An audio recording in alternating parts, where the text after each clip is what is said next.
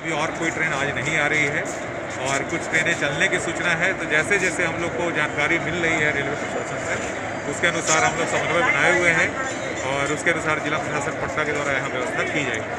अच्छा, जो चीज़ें हैं जिस तरह से ट्रेनें आ रही हैं, तो क्या लगता है कि और आगे आने वाले समय में सबसे किस तरह से की बीमारी है वो लगातार बढ़ रही है?